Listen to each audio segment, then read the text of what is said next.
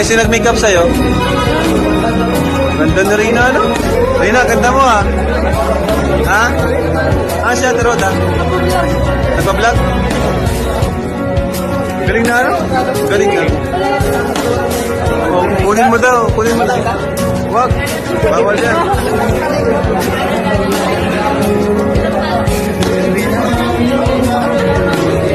Ganda mo rin, sino nag-makeup sa'yo? Ganda na Rina, ano? Ganda na.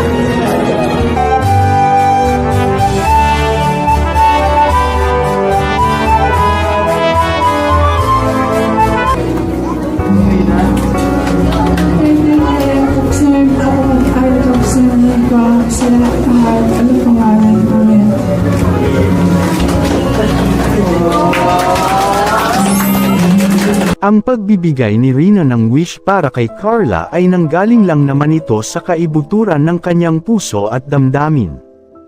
Ito ay paglilinaw ni Ate Roda dahil marami kasi ang nagsabi na tinuruan niya ito. Pero iginiit ito ni Ate Roda at sinagot ang mga tanong at hindi niya ito tinuruan. Bagkus ay binigyan lang niya ito ng instructions na bumati siya at makipagkaibigan sa mga Kalingap Angels. At ito na nga mga Kalingap, naging maganda na ang naging resulta at maayos nang mag-deliver ng mensahe si Rina. Sabi ni Rina ay sana makatapos ka ng pag-aaral Carla at matupad lahat na pangarap mo. Grabe, nakaka-proud talaga ang ating pinakamamahal na si Rina, na sa kabila na kanyang sitwasyon at kalagayan, ay naging maganda na ang pakikitungo niya at sa ganitong klaseng bata ay ganito na ang pag-iisip niya. At naging matured na siya, napakatalinong bata na talaga si Rina. At namangha na lang talaga ang mga kasamahan niyang mga Kalingap Angels. At isa sa nagustuhan ko kay Rina ay ang hindi nito makalimutang banggitin ang salitang pasasalamat. Ito ay patungkol dito sa ating ama na si Kuya Val at Kalingap Rab.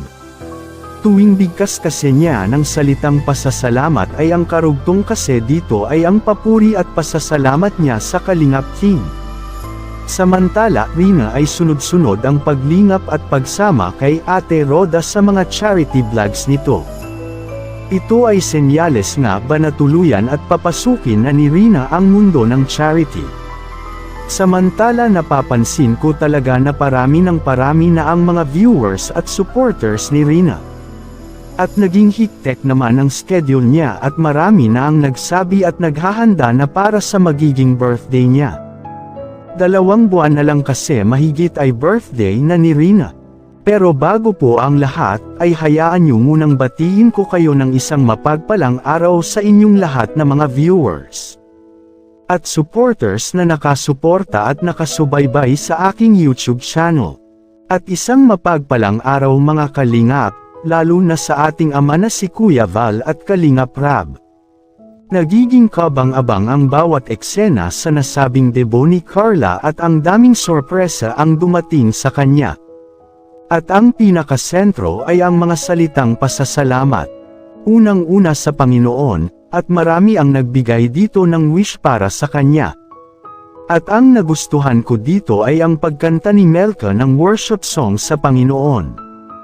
At naging bilib ako sa mga mensahe ni Pastor ER na talagang mapahagulgol ka sa mga salitang binitiwan niya na kakaiba. At kaya ito ay nagustuhan ng mga viewers at supporters ni Carla. Dahil andoon kasi talagang nauuna at naka-highlights palagi ang Panginoon.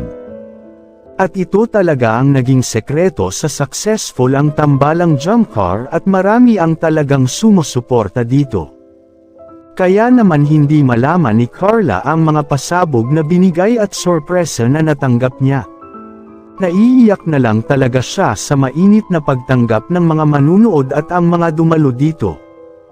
At sinabing deserve naman talaga na ganito kabungga ang birthday niya.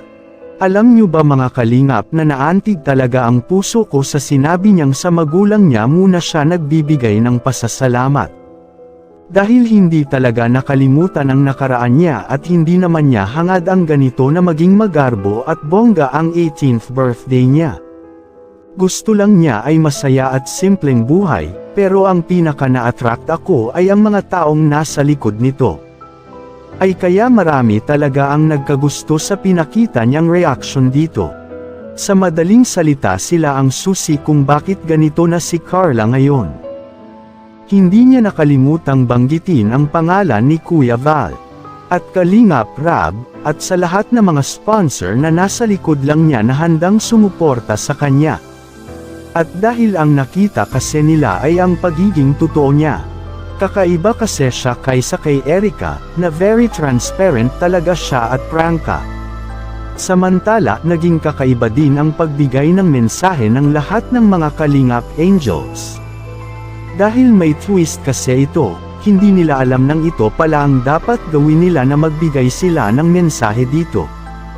At ang pinaka nagustuhan ko dito ay ang nakasabay na si Rina sa mga Kalingap Angels na nagbigay at nagpaabot ng mensahe at wish para kay Carla. Binati niya ito at nagbigay siya ng wish na sana maging mabuting bata siya. At matupad lahat na pangarap ni Carla. Grabe po, at dito tayo balahibo ko sa sinabi ni Rina.